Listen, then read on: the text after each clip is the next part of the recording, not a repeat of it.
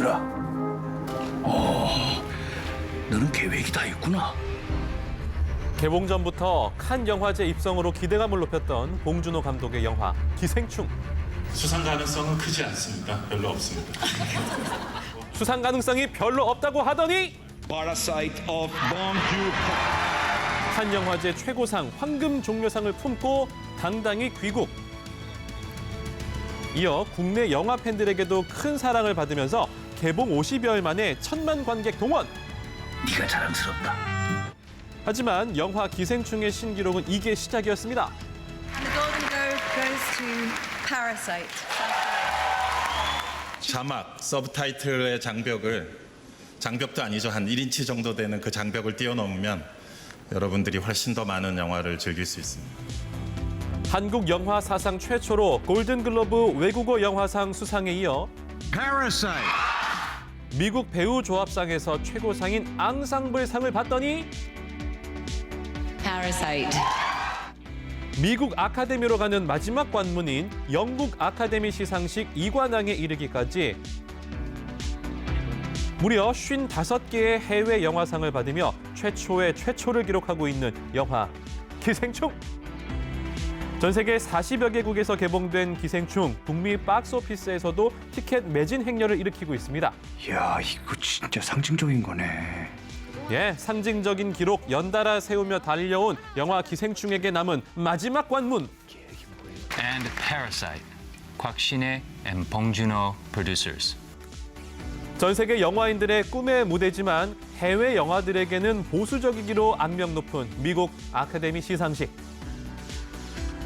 기생충이 한국 영화 사상 최초로 무려 6개 부문에 이름을 올리며 기대감을 높이고 있습니다. 너무 자랑스럽고 또 어찌 보면 영화의 작품성을 고려했을 때 당연한 또 결과라고 또 한편으로 좀 생각을 합니다. 전 세계적으로 그런 거 자본주의 문제에 대해서 좀 더 경종을 울릴 수 있는 뿌듯한 일이죠. 기분 좋고. 한국 영화에 대한 관심들이 더 높아질 거라고 생각합니다. 상 받았으면 좋겠어요, 기생충.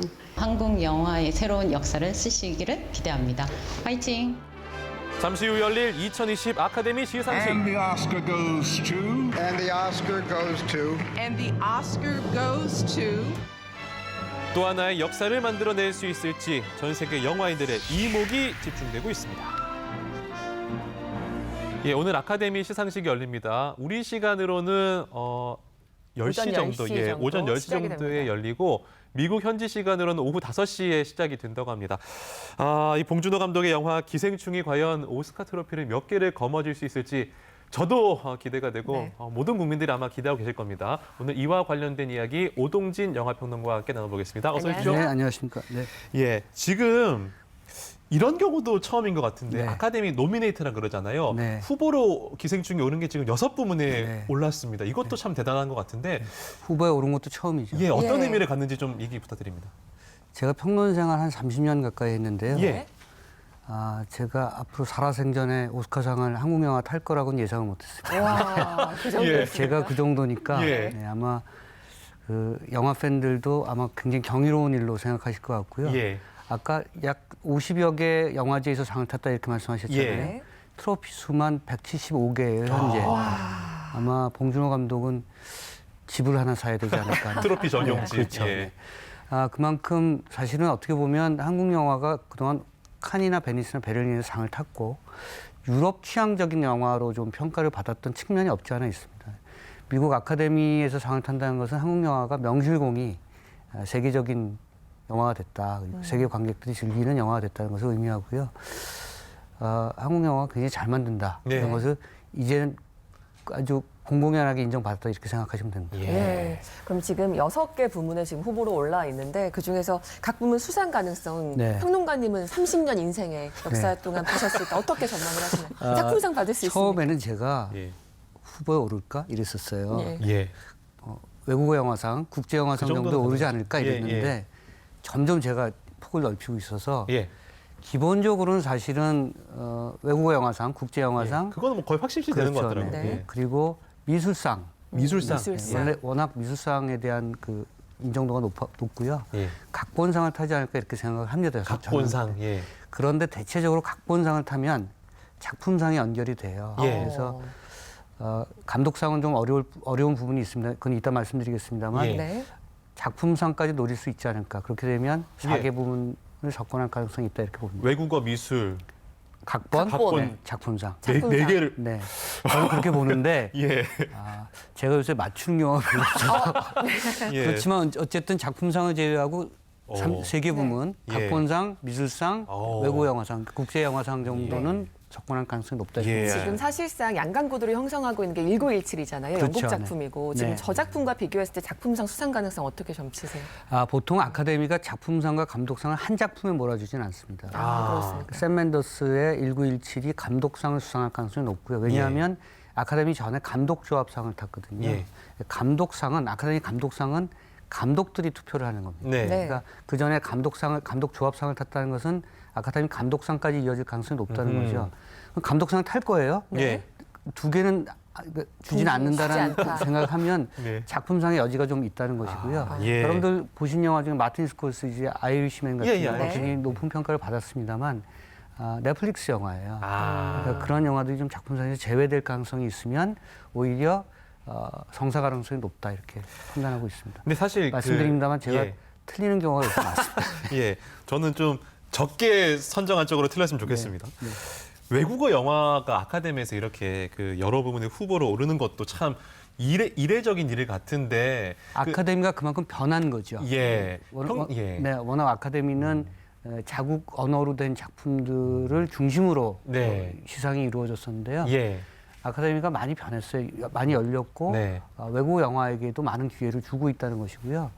여러분 기억하시는 알폰소 쿠아론 멕시코 감독이죠. 네. 로마라는 작품으로 외국 영화상 타고 감독상을 탔었죠. 예. 그래서 그때부터 여러 기회들이 많이 늘어났다라고 보시면 되고요. 네. 아카데미가 지난 10년 동안 인종 문제, 또 성애 문제 등등해서 많은 부분에 개방을 하고 있고 예.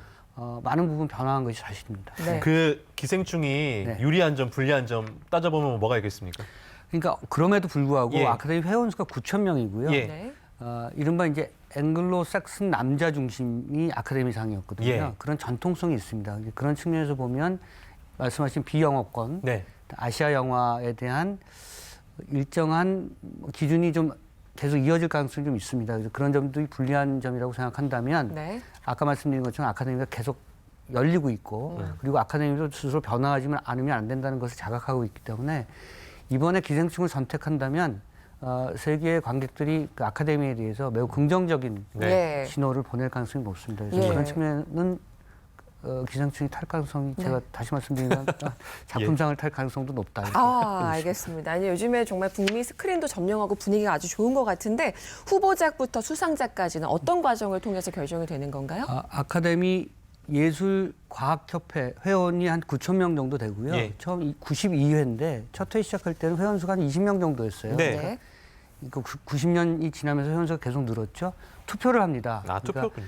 그 칸네 영화제나 뭐 베니스 영화제, 베를린 영화제는 심사위원단 중심의 시상식이죠. 예. 근데 여기는 많은 분들이 참여하는 투표 방식인데 예. 네. 특징적인 것은 작품상을 제외하고는 직능 단체가 투표를 하게 돼 있어요. 아하. 그러니까 감독상은 감독들이, 예. 촬영 감독상은 촬영 감독들이, 예. 그렇죠? 네, 그 프로듀서 등등 직능 단체들이 다 하게 돼 있고요. 예. 작품상만 전체가 하게 돼 있어요. 아하. 그렇죠. 그러니까 그 사전에 여러 가지 감독조합상, 배우조합상 등등의 결과가 아카데미에 이어진다라고 하는 얘기는 바로 그런 점 때문에 그렇습니다. 알겠습니다. 네. 운명의 시간이 다가오고 있는데 저희가 92회 아카데미 시상식이 열리는 현지를 한번 연결해 보도록 하겠습니다.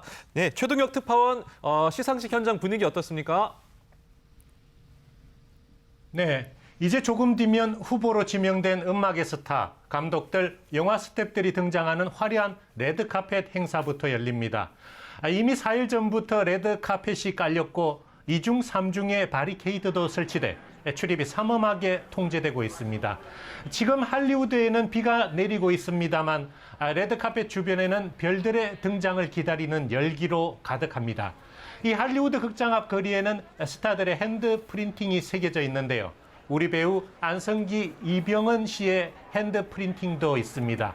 오늘 기생충이 오스카를 거머쥐게 되면 머지않아 봉준호 감독의 핸드 프린팅도 새겨질 것으로 기대됩니다. 네, 이 영화 기생충이 그동안의 영미권에서도 그 수상을 휩쓸지 않았습니까? 오늘 오스카 수상 가능성 어떻게 보고 계세요? 네, 지난 2일에도 영국 아카데미 시상식에서 오리지널 각본상과 외국어 영화상을 받아 이관왕에 오른 바 있습니다.